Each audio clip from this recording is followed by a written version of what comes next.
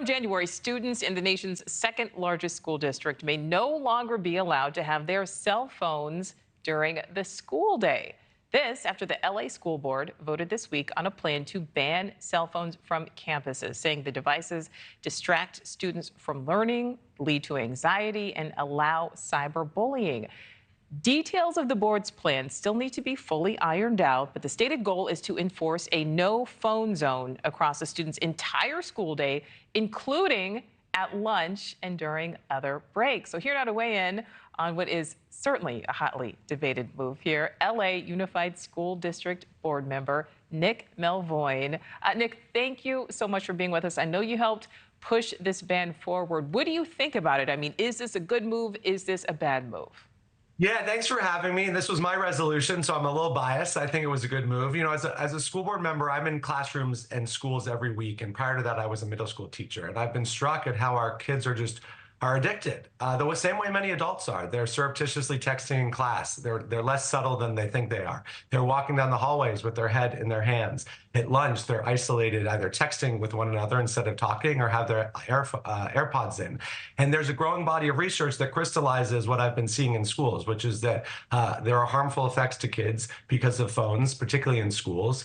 Academic achievement is down, their mental health suffers, their physical health suffers. So I think it's an important step to say that, well, we understand that there's this proliferation of social media and of cell phones, but during the school day, we can make sure that they're phone free so that kids can focus on their academics and on being kids again. You know, and Nick, you're absolutely right. I mean, we are all addicted to them. You know, for our viewers right now, if you are not alone, if you are with, you know, at least one other person, look around, see how many people are on their phones right now. So because of that addiction, Nick, how will these devices be limited? Because we know it still is being worked out, but what are some of the options? Yeah, and I'll say, too, that, I mean, we had a psychologist who testified yesterday at the board and saying that it's hard enough for adults to put their phones down, whether that's at a restaurant or a family gathering. So how do we expect kids whose brains are not fully developed? And that's why the Surgeon General just actually this week came out and advised that there should be warning labels on social media. But this really needs to be taken out of the hands of individual teachers and principals. I've gotten so much feedback over the last few weeks since I introduced this resolution saying, thank you, I've been spending more and more of my time as a teacher policing this, and I'm happy to be the bad cop here. And so schools will have an option of what to opt into, but we're looking at cell phone lockers where a student just checks their phone in at the beginning of the day and can get it on the way out, or what are called Yonder or other company pouches that some adults may be familiar with at comedy shows or concerts, where you have a pouch that's then magnetically sealed until you leave campus. So the idea is to take enforcement out of individual classrooms, because teachers are spending an increasing amount of time policing it and saying, we're just not going to let you have phones during the school day. All right. So Nick, I have to ask you, because there are, you know, so many parents and students who think this is a good idea, but there are also those who say, what about an emergency, especially as horrible as it is, you know, when we're at a time when we see so many school shootings and parents say they want to be able to reach their kids in a moment's notice. What is your response to that?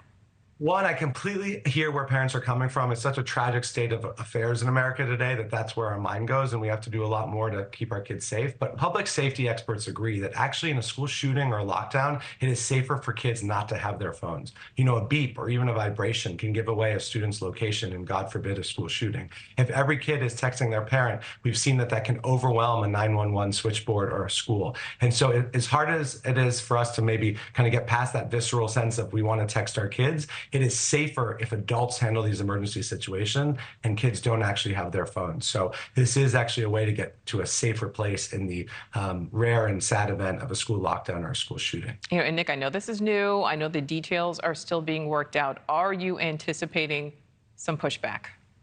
I definitely am, and we know that kids will find ways around rules. That's part of being a kid. But you know, the schools that have already done this, and the reason that I'm spending the next few months working with our schools to build buy-in is to a fault, none of them have said, we regret this. They've all said kids are happier, their academic achievement is up, and these kids are happier, and they'll admit that as well. And so my hope is that over the course of the next few months, we build buy-in, and then when this is implemented in the new school year, that there is an embrace of it, and it doesn't feel like a punishment. And I actually think that this will also then trickle up to parents, and we'll start to see I think, better social media habits among parents when their kids are saying, wait, I'm noticing you on your phone, and during the school day, I've had to find ways to entertain myself.